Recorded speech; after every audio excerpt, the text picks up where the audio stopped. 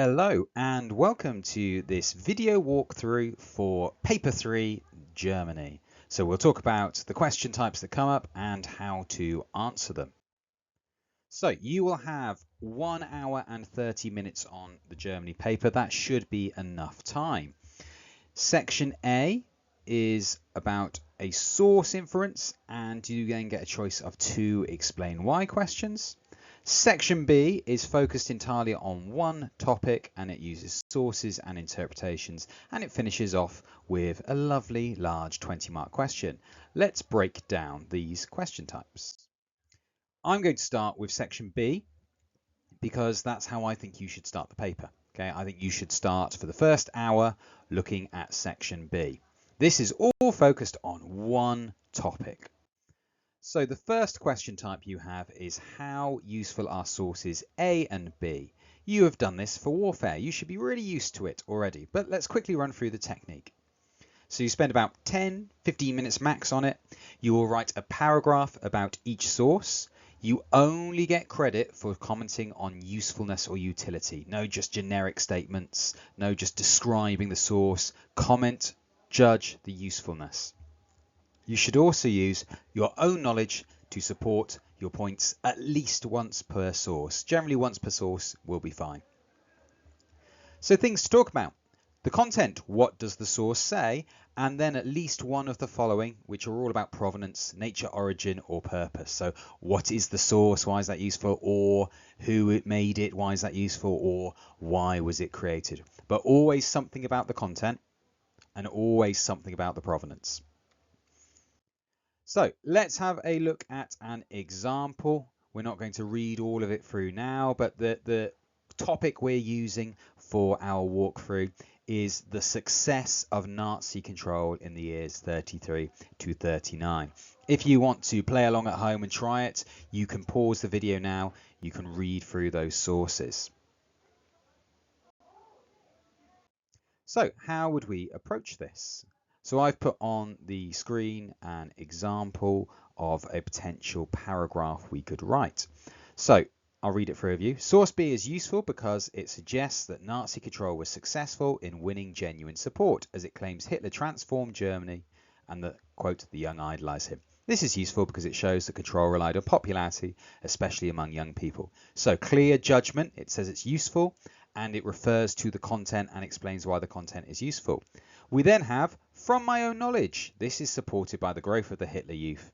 So they are using their own knowledge to support their point, and you can signpost in that way. From my own knowledge is a good thing to say. Finally, there's a bit that's my head's cut off, that says provenance. So the source is also useful because it's from a former British Prime Minister, meaning it as an informed external view rather than simply Nazi propaganda. So they've picked up on an aspect of the provenance, in this case the origin. They've not spent ages on it, they've not done like the date, they've not done nature, origin and purpose all in one. Okay, they've focused on one aspect and they've explained why it's useful, and then an overall comment at the end. Overall, this source gives a useful perspective because, and they've explained that. Okay, so 5 minutes on each source. They're entirely self-contained. Don't compare the sources. You're almost treating them as 2 separate sections. There's essentially 4 marks on offer for each source analysis. Moving on to 3B, and at this point we introduce interpretations. As you know, interpretations are a later view on events from after the time, e.g. it might be a school history textbook or the writings of an historian. What you will need to do in this section, particularly for 3C, is you need to be aware that the interpretations match up to the sources. So there's 2 possible ways you can do it. 50% chance of getting this right. Interpretation 1 might match up to source B. Interpretation 2 might match up to source A. It might be the other way around. And they will generally argue the same side of the argument. So for example, the question we were looking at before about how successful the Nazis were controlling the German people. In this case, we're saying interpretation 1 and source B both argue they were successful, or interpretation 2 and source A are both arguing they're not successful. So it's probably worth at this point just pausing, matching them up, making sure you know what's being talked about and what's being argued. The question itself, 3B, the main focus of it, read the question obviously in full, but the main focus is what is the main difference between the views? So that you've got the 2 interpretations, what's the main difference between the views? in relation to our question about control. So read the interpretations themselves, read them carefully. Identify an overall difference. What is the difference between them? What's like the big argument? So it might be positive in interpretation 1, negative interpretation 2, or successful in 1, failure in 2. Excuse me. Or political factors in 1, economic factors in 2. You then use details from both interpretations to show the difference.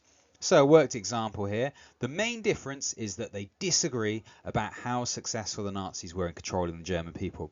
So not too specific at this point, just the broad difference. You then show how they're different. This is shown because interpretation 1 suggests this, and a short sharp quote. This is different to interpretation 2, which suggests this, supported by a short sharp quote, or a paraphrase if you need to. Okay, this should only take you about 5 minutes. All the evidence you need is in front of you. Use the interpretations. No need to bring in own knowledge. But remember, you need an overall difference. Moving on to 3C. Looks like a very similar question, apart from it says why they give different views. So make sure that you have not talked about in 3B why they have difference. In 3B, you're just saying what's different. In 3C, it's why they have a different view. Now, listen up if you've fallen asleep, okay? This is where you use this answer. This is the answer to the question. This will get you a mark, okay? So, you've already read the interpretations. Read them again. You need to give a clear reason for the difference. This is the reason, okay? The historians have chosen to give weight to different sources of evidence, or emphasize different types of evidence or different sources of evidence. That's the phrase I would use. Okay, that is the reason. How do we then demonstrate that? We then use sources B and C. Remember, we've paired them up already. We've paired up the sources and the interpretations, and we show that the evidence from the period differs.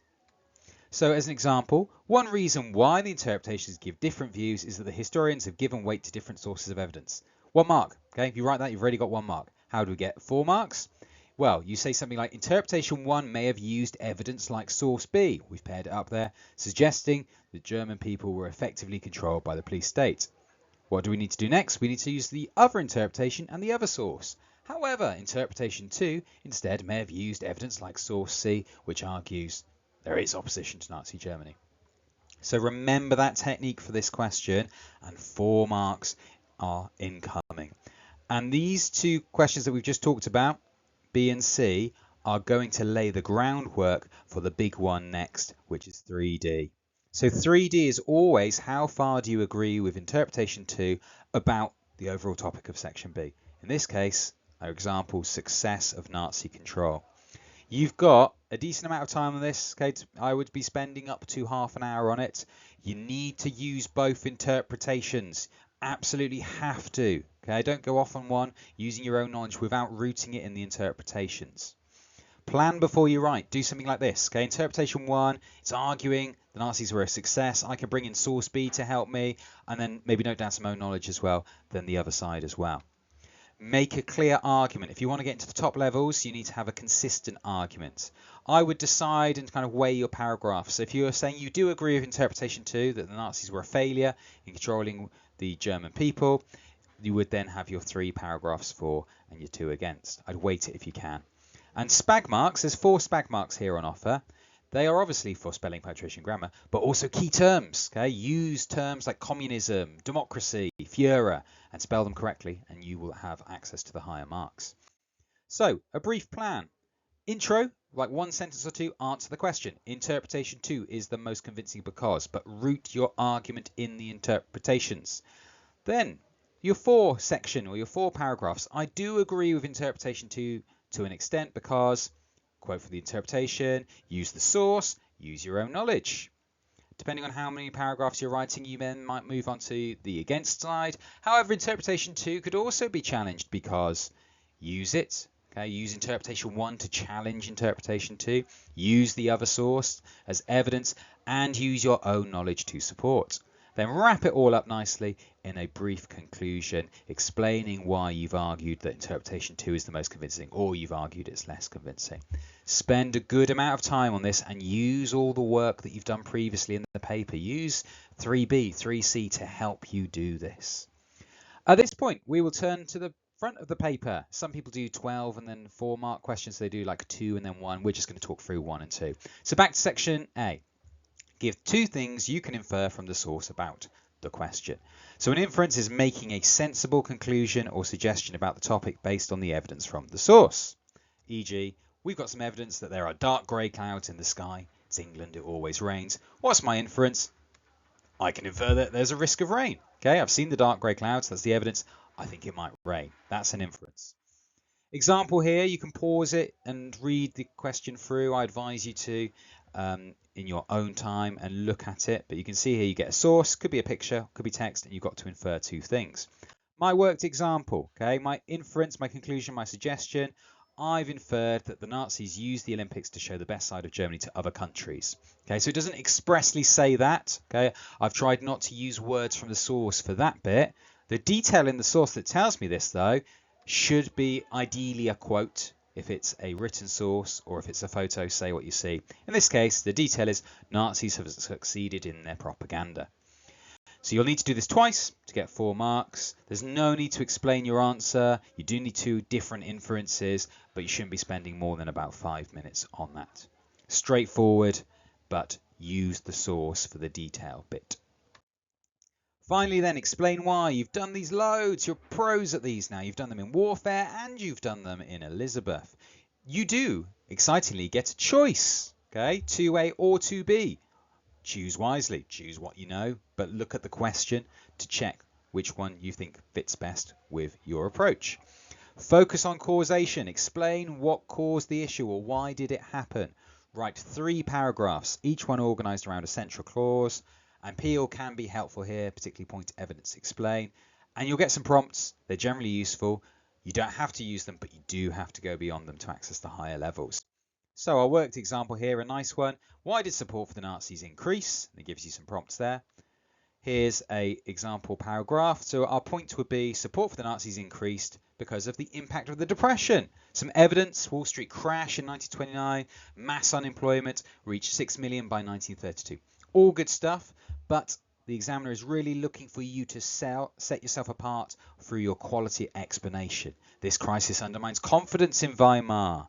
Many voters turn to the Nazis because of their messaging. And then linking back to the question, explaining how it caused support to grow. Simple. 3 Peel paragraphs, organise them carefully, focus on the quality of your explanation. So, in summary, we've had an hour and a half of fun. We have learnt the technique. We've applied it really well. We have started with section B to ensure you get the high tariff marks done. Remember, it is all about the same topic. I would then finish with section A. You've got about 25 minutes or so maybe to do that, leaving you 5 minutes at the end to check through, make sure you've done everything, check your spag, etc. Section B is about the one topic, and you can use the sources and interpretations to help you, particularly for that essay question. You are not alone, but make sure you use the interpretations, okay, and give it time. Write a lot for 3D, okay. Use the time available to write lots for 3D using those sources and interpretations. I hope that's been helpful. As always, there are other videos available to help you, but I would say for Germany, the real focus is the technique. You do need to know the knowledge, but really get the technique right for those questions. Lovely to see you. Take care, and I'll speak soon.